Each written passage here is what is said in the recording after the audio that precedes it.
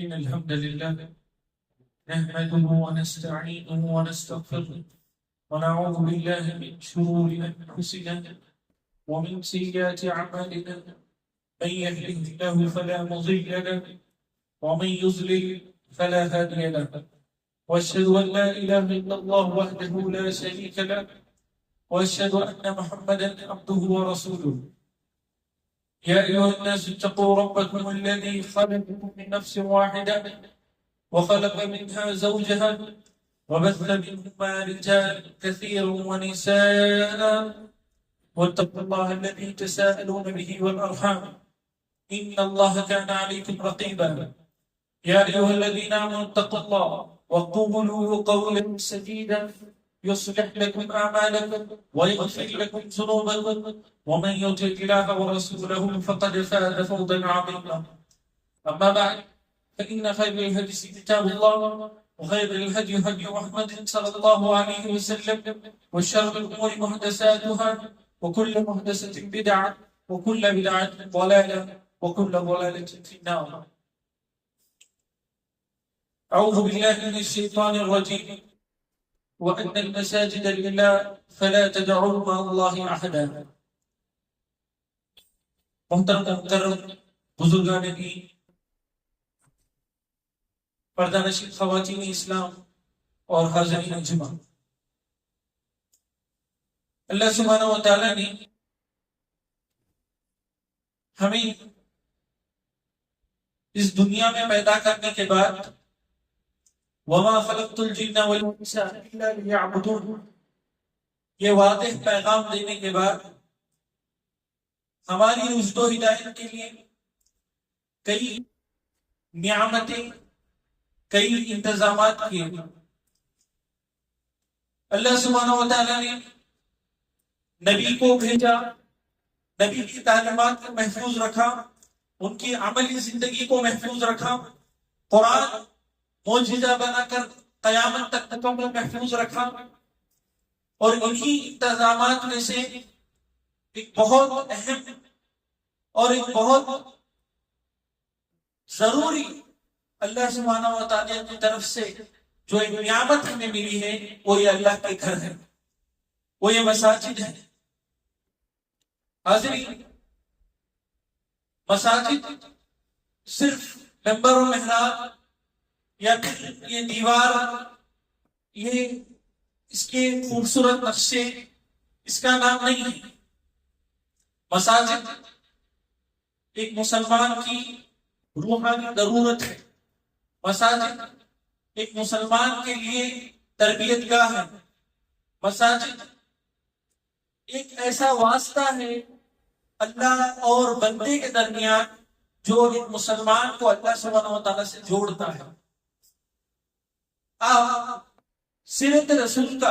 مطالعہ کریں گے تو جیسے ہی رسول اللہ صلی اللہ علیہ وسلم کو ہجرت کا حکم آیا، آپ صلی اللہ علیہ وسلم مدینہ پہنچتے ہیں اور سب سے پہلا کام مسجد قباء کی تعمیر ہے. جیسے ہی آپ صلی اللہ علیہ وسلم مدینہ پہنچ کر آپ کے گھر کی فکر نہیں ہے، آپ کو آپ کے ساتھ جو صحابہ ہیں ان کے رہائش کی فکر نہیں ہے، آپ کو آپ صلی اللہ علیہ وسلم نے پہلی چیز مسجد نبوی کی تعمیر کی، مسجد نبوی کی تعمیر کی. اور حاضرین، آپ غور کریں، اللہ سبحانہ و تعالیٰ نے رسول اللہ صلی اللہ علیہ وسلم کے لیے اور اس خاص امت کے لیے ایک بہت بڑا انعام، ایک بہت بڑی رخصت دی تھی. رسول اللہ صلی اللہ علیہ وسلم نے فرمایا وَجُعِلَتْ لِيَ الْأَرْضُ مَسْجِدًا وَطَهُورًا کہ زمین جو یہ اللہ سبحانہ و تعالیٰ کی زمین ہے اور جو مٹی ہے اس کو اللہ سبحانہ و تعالیٰ نے رسول اللہ صلی اللہ علیہ وسلم کے لیے اور ان کی امتیوں کے لیے پاک کر دیا ہے.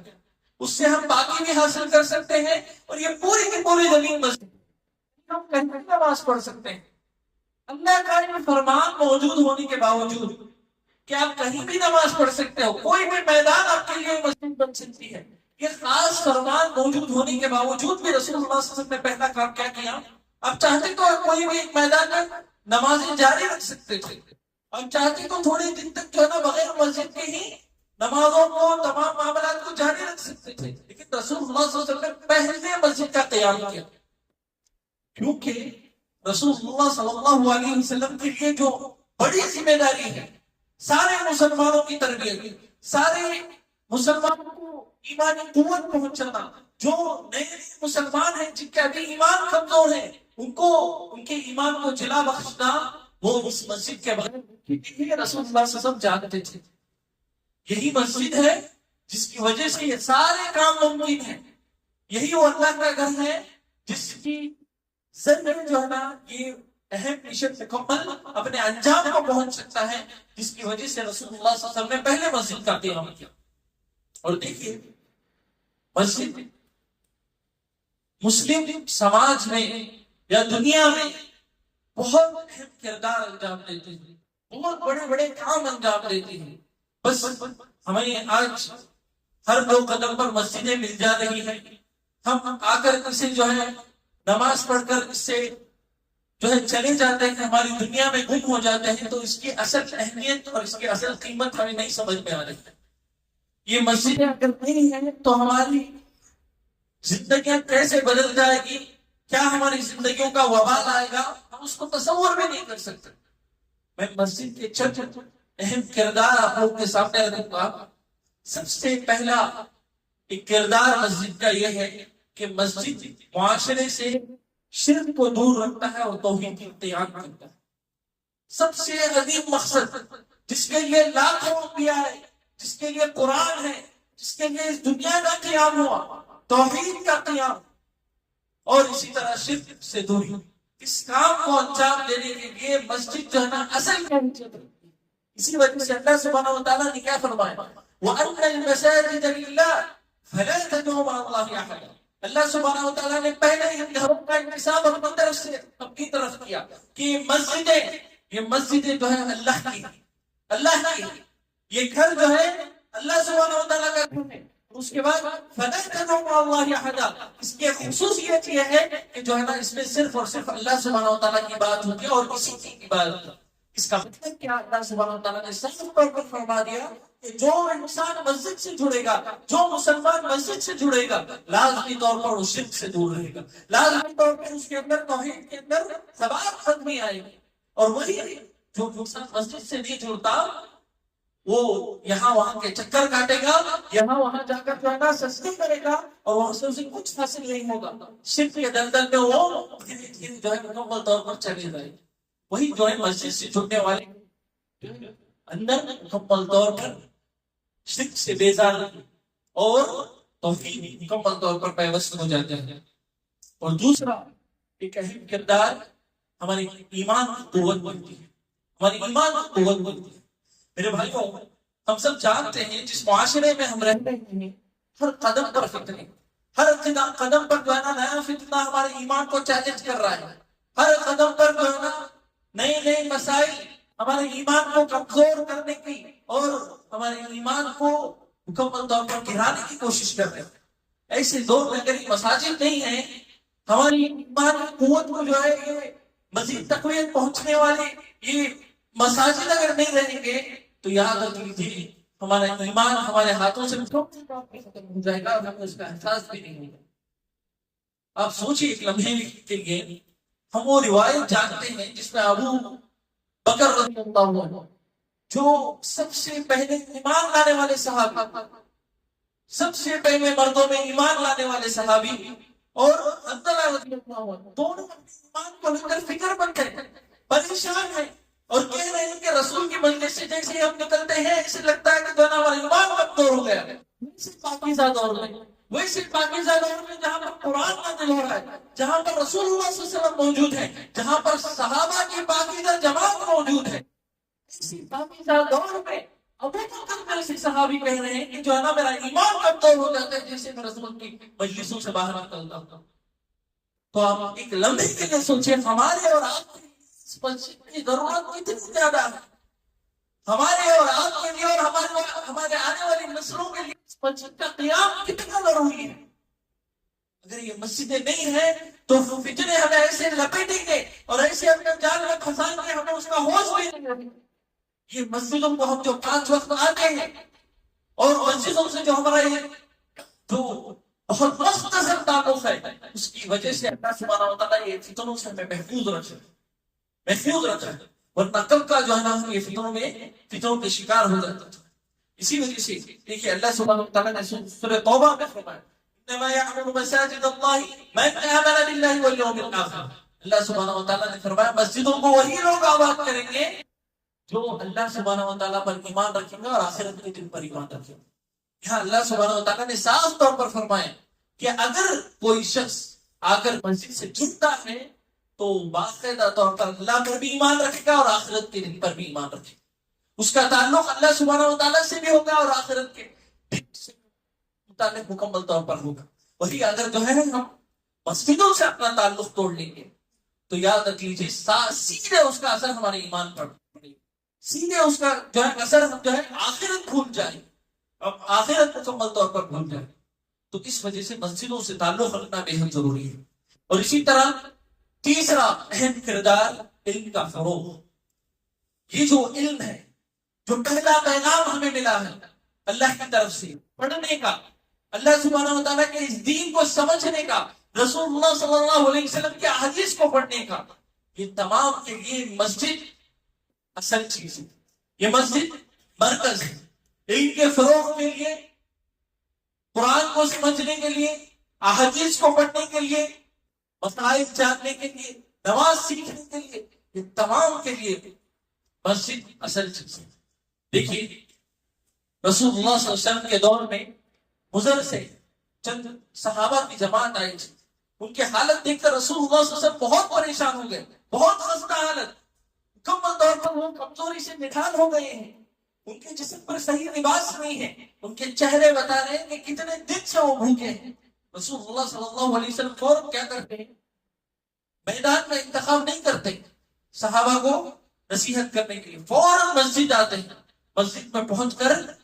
تمام صحابہ کو جمع کر کے تمام کو نصیحت کرتے ہیں ان کا تعاون کرنے کے لیے۔ اور یہ رسول اللہ صلی اللہ علیہ وسلم کا معمول تھا، جیسے کوئی وفد آتا رسول اللہ صلی اللہ علیہ وسلم اس کا استقبال کہاں کرتے، کسی کے گھر میں نہیں،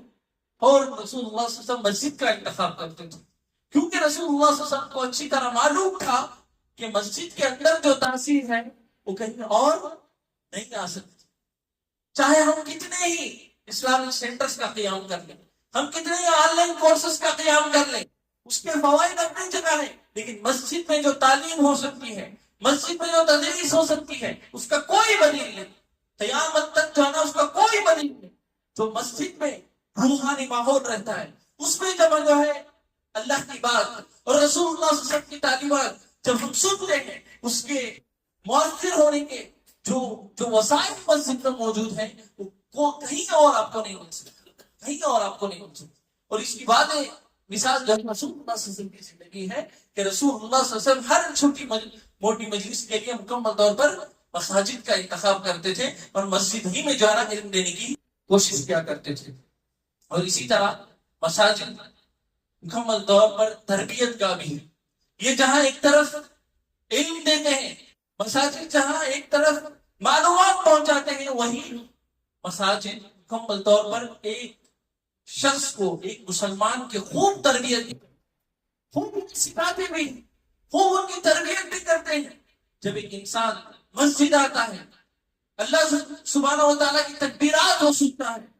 سنتا ہے کہ اللہ سبحانہ و تعالیٰ بڑا ہے، تو وہ سب سے پہلے اس کے اندر جو گھمنڈ ہے، اس کے اندر جو تکبر ہے، اس کے اندر جو انانیت ہے، وہ مکمل طور پر ختم ہوتی ہے۔ اسے احساس ہوتا ہے اگر کوئی ذات ہے تو صرف اللہ سبحانہ و تعالیٰ کی ذات بڑی ہے، کوئی اور ذات نہیں، نہ میں نہ دنیا کا کوئی شخص اللہ سبحانہ و تعالیٰ کے سامنے بڑا ہے۔ وہ اپنے اندر جہاں عاجزی کی ساری پیدا کرے گا، سب جہاں ایک صف میں کھڑے ہوں گے، کوئی بڑا ہے، کوئی چھوٹا ہے، کوئی جو ہے مالدار ہے، کوئی غریب ہے، کوئی بڑے مقام والا ہے، کوئی جو ہے مکمل طور پر غلام کی حیثیت کا ہے، سب لوگ ایک ہی صف میں کھڑے ہوں گے، تب اسے پتا چلے گا ان اکرمکم عند اللہ اتقاکم، اگر جو ہے اللہ کے پاس کسی چیز کا معیار ہے تو تقوی کا معیار ہے، تقوی کا معیار ہے۔ یہ تربیت ہمیں کہاں سے ملتی ہے؟ مسجد سے ہمیں ملتی ہے۔ جب آ کر جو ہے نا ہم پیر سے پیر اور کندھے سے کندھا ملا کر کھڑے ہوتے ہیں تو ہمارے اندر جو ہے نا اتحاد کا جذبہ آتا ہے، مسلمانوں کی جو ہے درد اور ان کی تکلیف جو ہے نا ہم سمجھنے والے بنتے ہیں، اور اسی طرح جو ہے ہم آپس میں ایک دوسرے سے محبت کرنے والے بنتے ہیں۔ یہ مساجد کا کردار ہے، یہ مساجد کا کردار ہے۔ جب ایک مسلمان مسجد کو آتا ہے تو کئی ناحیوں سے اس کی تربیت ہوتی ہے، کئی ناحیوں سے وہ کئی چیزیں سیکھ کر جاتا ہے، اس کا دل نرم پڑتا ہے۔ اس وجہ سے سید ابن مسیب رحمہ اللہ فرماتے ہیں کوئی اگر آ کر مسجد میں بیٹھتا ہے تو گویا کہ وہ اللہ کے پاس بیٹھ رہا ہے، اللہ کے پاس بیٹھ رہا ہے۔ جتنی بڑی بات، یہ کوئی معمولی بات نہیں ہے۔ کیوں؟ کیونکہ جو ہے جب مسجد میں ایک مسلمان داخل ہوتا ہے تو اسے یہ احساس ہوتا ہے کہ اللہ سبحانہ و تعالیٰ کا گھر ہے۔ اب میں دنیا کو چھوڑ دیا ہوں،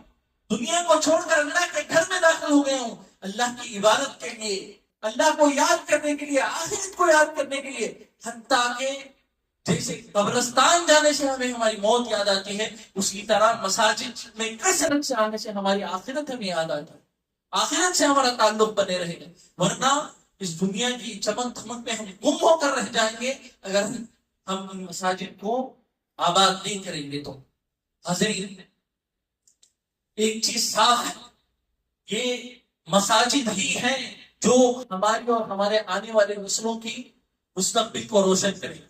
یہ مساجد ہی ہے جو ہماری دنیا کو بھی کامیاب کریں گے اور آخرت کو بھی کامیاب کریں گے۔ بلکہ یہ مساجد کی دیواریں ہیں جو مکمل طور پر ہمارے اور جہنم کے درمیان مضبوطی کے ساتھ کھڑے ہوئے ہیں۔ تو ہمیں کیا کرنا چاہیے؟ ان مساجد سے جڑنے کی کوشش کرنا چاہیے، ان مساجد سے اپنا تعلق پیدا کرنے کی کوشش کرنا چاہیے، ان مساجد کو مضبوطی سے ہماری زندگی میں تھام کر چلنے کی کوشش کرنا چاہیے، اور اس کے لیے قربانیاں دینا، اس کے لیے محنت کرنا یہ واجب ہے۔ بغیر قربانیوں کے، بغیر محنت کے ان مساجد سے تعلق پیدا کرنا یہ ناممکن سی بات ہے۔ آپ ابراہیم علیہ السلام، حاجرہ علیہ السلام اور اسماعیل علیہ السلام کی سیرت اٹھا کر دیکھیں۔ اسماعیل علیہ السلام اور حاجرہ علیہ السلام نے کتنی عظیم قربانی کی، کتنی عظیم قربانیاں ریگستان میں جہاں کچھ نہیں ہے جا کر وہاں بس گئے۔ کیوں؟ مکہ شہر کو قائم کرنے کے لیے، ہرگز ان کے مفاد کے لیے ہرگز نہیں۔ اللہ سبحانہ و تعالیٰ نے کوئی بغیر کسی وجہ کے ان کو اس میدان میں چھوڑ دیا تھا، ہرگز نہیں۔ اللہ سبحانہ و تعالیٰ نے کیا فرمایا؟ یقیم الصلاۃ،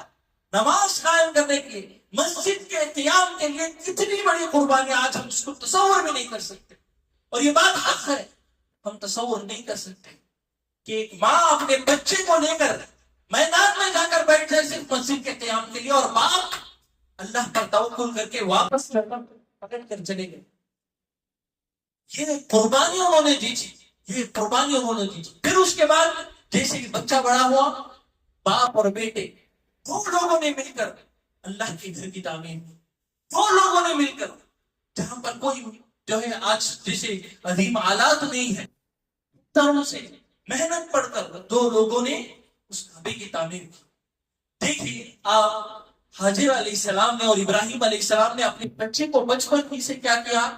قربانیاں دینا سکھایا، اللہ سبحانہ و تعالیٰ کے لیے قربانی دینا سکھایا، اللہ سبحانہ و تعالیٰ کے گھر کے لیے قربانی دینا سکھایا۔ اور بچوں میں اللہ سبحانہ و تعالیٰ نے اس کے اندر، اسماعیل علیہ السلام کے اندر ایسی فرما برداری پیدا کی کہ وہ اللہ سبحانہ و تعالیٰ کے راہ میں بھی قربان ہونے کے لیے تیار ہوئے اور اپنے باپ کے کہنے پر جو ہے طلاق دینے کے لیے بھی تیار ہوئے اپنی بیوی۔ یہ کیسے ممکن ہوا؟ جب والدین نے قربانی دی، جب بچے نے قربانی دی اللہ سبحانہ و تعالیٰ کے اس گھر کو قائم کرنے کے لیے۔ اور یاد رکھ لیجیے، اللہ سبحانہ و تعالیٰ نے اس سیرت کو، ان تین لوگوں کی زندگیوں کو قیامت تک باقی رکھ کر ساری امت کو یہ پیغام دے دیا کہ جو شخص مساجد کے لیے قربانی دیتا ہے، جو شخص مسجد کے لیے محنتیں کرتا ہے، جو شخص مسجد کے لیے کوششیں کرتا ہے، اللہ سبحانہ و تعالیٰ ان کی محنتوں کو ہرگز ضائع نہیں کریں گے، اللہ ان کی محنتوں کو ہرگز ضائع نہیں کریں گے۔ یہ تین اشخاص کی زندگی ہماری یہ زندہ دلیل ہے۔ اور اسی طرح قیامت کے دن آپ دیکھیے، اللہ سبحانہ و تعالیٰ کسی اور کو نہیں بلائے گا، کسی اور کو آواز نہیں دے گا، کسی اور کو جو ہے نا اللہ سبحانہ و تعالیٰ یاد نہیں کرے گا، سوائے جو مسجدوں کو آباد کرتے ہیں، جو مسجدوں کی تعمیر میں حصہ لیتے ہیں، جو مسجدوں کے معاملات میں تعاون کرتے ہیں، اور اسی طرح جو مسجدوں کو مکمل طور پر جو ہے تعمیر کے بعد اسے جاری رکھنے کے لیے کوششیں کرتے ہیں، اللہ سبحانہ و تعالیٰ ویسے اشخاص کو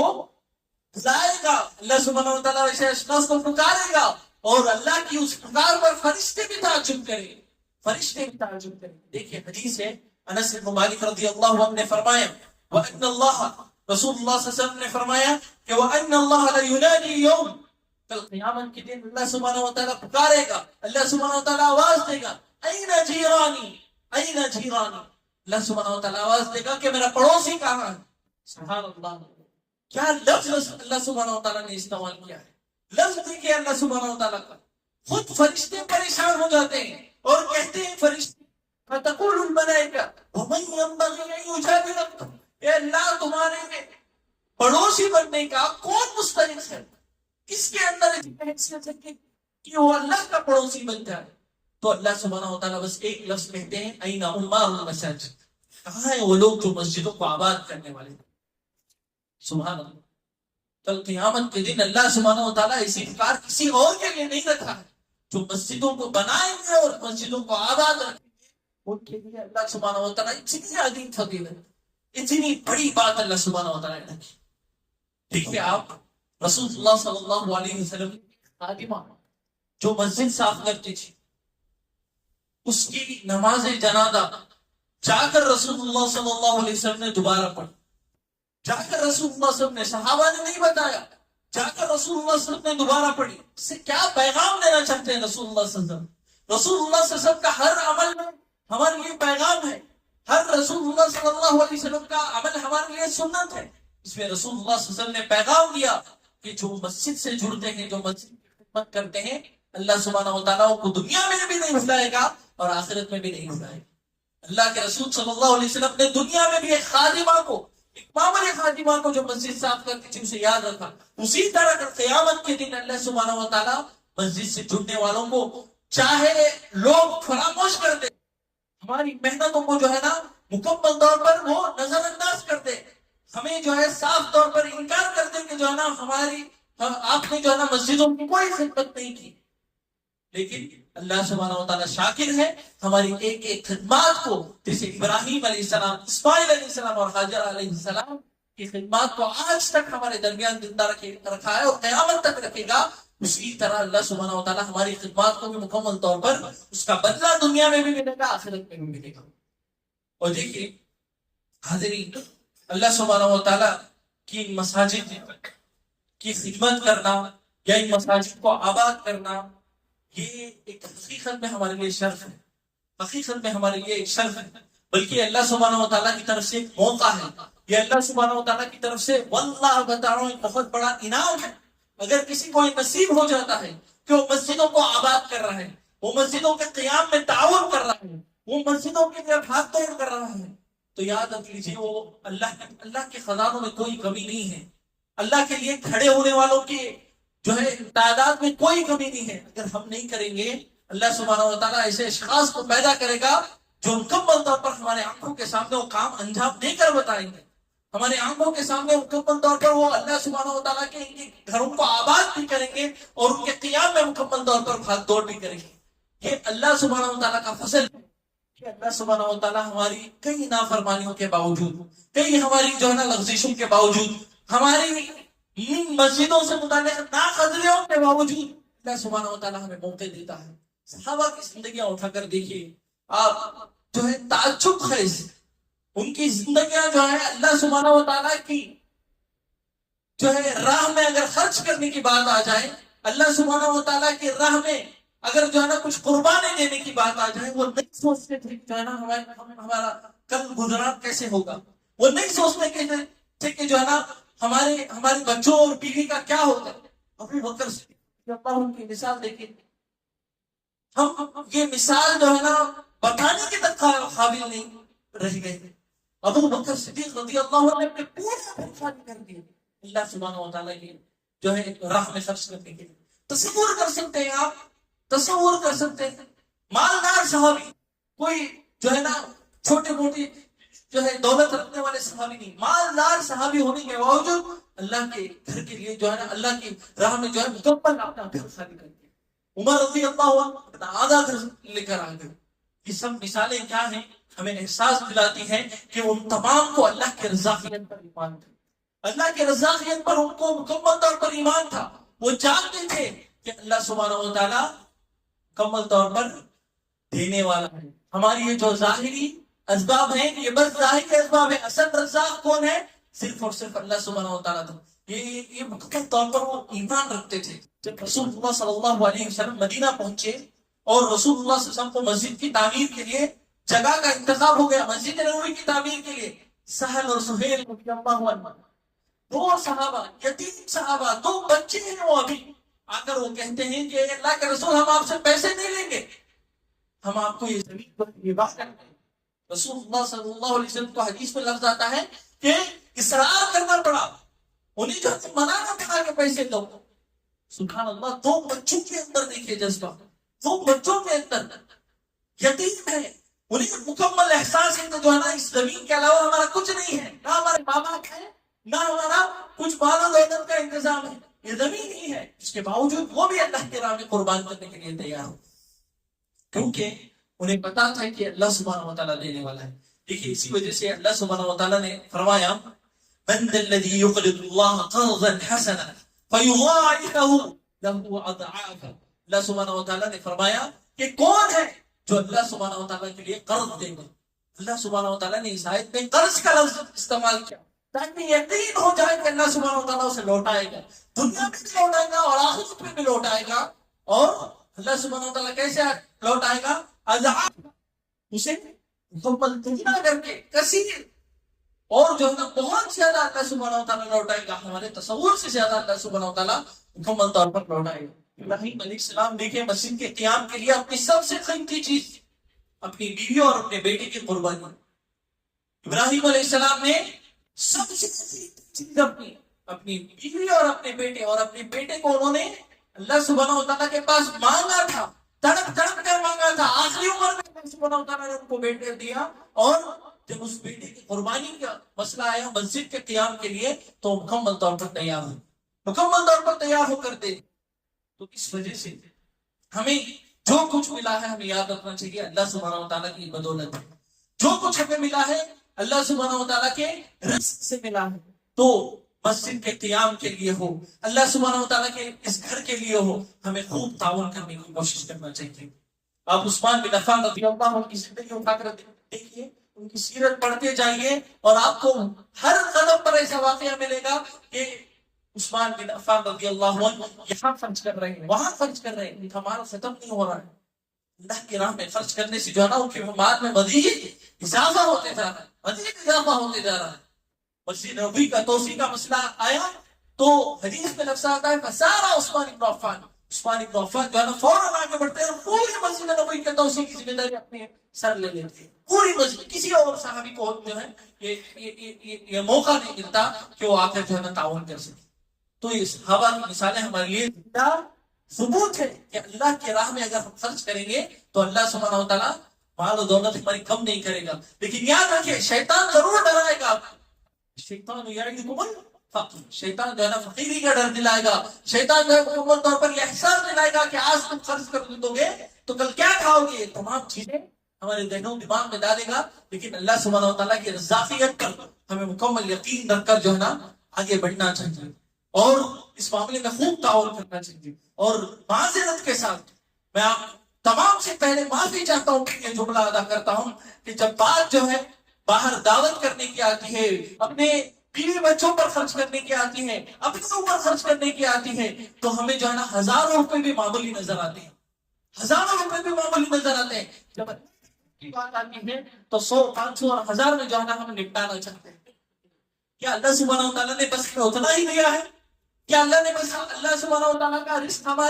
ہماری زندگیوں میں صرف اتنا ہی ہے کہ جو ہے نا 500، 1000 میں جو ہے نا آگے بڑھ جاتے ہیں؟ اعوذ باللہ من ذالک۔ قربانی دے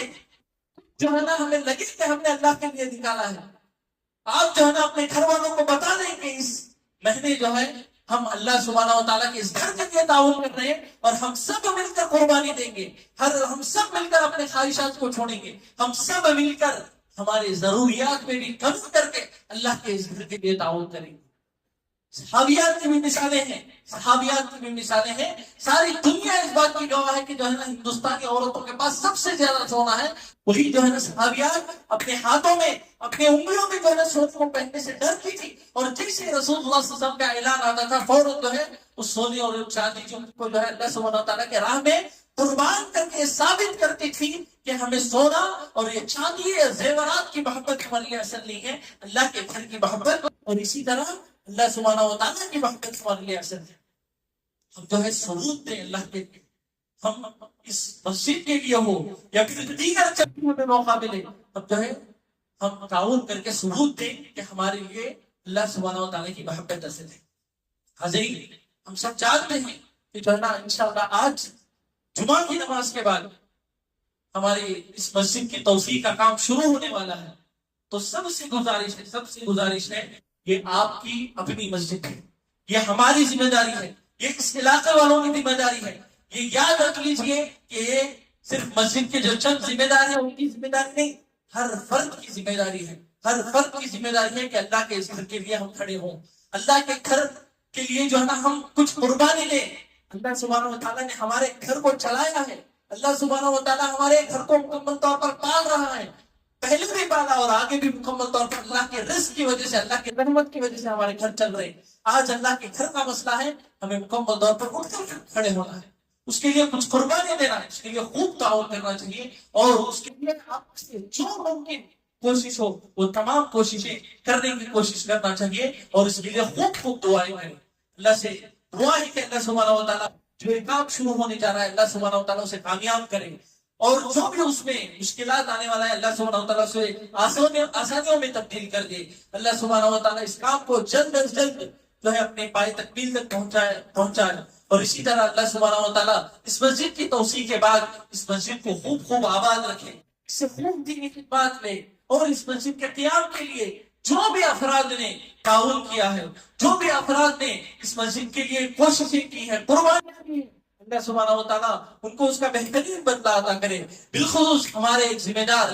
ارشاد بھائی جن کا انتقال ہو گیا، اللہ ان کی مغفرت فرمائے. اس زمین کے لیے انہوں نے بہت قربانیاں دی تھی، بہت کوششیں کی تھی. اللہ سبحانہ وتعالیٰ ان کی ان کوششوں کو ان کے لیے ذخیرہ آخرت بنائے، انہیں ان کی مغفرت فرمائے اس کے بندے میں، اور جنت میں اعلیٰ سے اعلیٰ جو ہے جگہ نصیب فرمائے. اور اسی طرح جو دیگر ذمہ داران بھی ہیں اللہ سبحانہ وتعالیٰ ان کو ثواب تنبیہ نصیب فرمائے. اللہ ان کو اس مسجد کو اللہ سبحانہ وتعالیٰ کے بتائے ہوئے طریقے پر چلاتے ہوئے جائیں. اللہ سبحانہ وتعالیٰ ان کو ہر شر سے، ہر فتنے سے مکمل طور پر محفوظ رکھے. اور یاد رکھیں ہندوستان میں مزاج بن گیا ہے کہ اگر ذمہ داروں کو کوئی دعا کرتے ہیں تو اس کو چاپلوسی سے پہنچی جاتے ہیں. اعوذ باللہ من ذالک. یہ سنت ہے، مستحب ہے، عمل مستحب ہے. علماء نے باقاعدہ طور پر بتایا ہے کہ ذمہ داروں کو اگر دعا نہیں کریں گے تو یاد رکھ لیجئے ذمہ داروں کے اندر بگاڑ آئے گا، اس کے بعد ساری امت کے اندر بگاڑ آ جائے گا. اس وجہ سے ائمہ حرمین کی ہر خطبے میں آپ اٹھا کر دیکھ لیجئے وہ دعائیں کرتے ہیں. یہ صرف میری نہیں، ہم تمام کی ذمہ داری ہے کہ ہم مساجد کے ذمہ داروں کے لیے دعا کریں، ان کے لیے تعاون کریں، ان کے لیے اللہ کے لیے مسائل نہ کھڑے کریں، ان کے لیے تعاون کریں. اپنے گھر بار کو چھوڑ کر، اپنے نجی مسائل کو چھوڑ کر وہ مساجد کے قیام کے لیے کھڑے ہوتے ہیں. ان کے مسائل بعد میں نظر آتے ہیں، مسجد کے اندر ایک چھوٹا مسئلہ بھی انہیں پہلے نظر آتا ہے کہ کوئی معمولی بات نہیں، بغیر کسی عوض کے اللہ کے گھروں کے لیے کام کرنا یہ کوئی معمولی بات نہیں. ہم جو ہے نا ان کا ساتھ دینے کی کوشش کریں، ان کے لیے جو ہے نا اللہ کے لیے وسائل اللہ کھڑے کریں. تو اللہ سبحانہ وتعالیٰ سے دعا ہے کہ اللہ سبحانہ وتعالیٰ تمام کی خدمات کو قبول کرے. اور جو بھی مسلمان، اور حقیقت میں آپ نے جو ہے نا ثابت کیا ہے، الحمدللہ اس بات کو کہنے میں فخر محسوس ہوتا ہے کہ ہمارے اس مسجد کے مسلیان نے ثابت کیا ہے ہر مرتبہ کہ جب بھی مسجد کا مسئلہ آتا ہے وہ کھڑے ہوتے ہیں، ساتھ دیتے ہیں، تعاون کرتے ہیں. بلکہ جو دیگر مساجد بھی جو ہے نا تعاون کی درخواست لے کر آتے ہیں، ان کو بھی جو ہے مکمل طور پر جو ہے خوشی خوشی یہاں سے روانہ کرتے ہیں. تو ہماری اپنی مسجد کا مسئلہ ہے. اب تمام سے گزارش ہے آپ مکمل طور پر ساتھ دیں. اللہ سبحانہ و تعالیٰ آپ کو اس کا بہترین بدلہ عطا کرے. اللہ سبحانہ و تعالیٰ آپ تمام کو اس مسجد کو آباد کرنے کی توفیق عطا فرمائے. اللہ سبحانہ و تعالیٰ آپ تمام کو اس مسجد سے خوب فائدہ اٹھانے کی توفیق عطا فرمائے. اللہ سبحانہ و تعالیٰ ہم تمام کو اس مسجد سے ہماری دنیا اور آخرت سنوارنے کی توفیق عطا فرمائے. آمین. وآخر دعوانا الحمدللہ.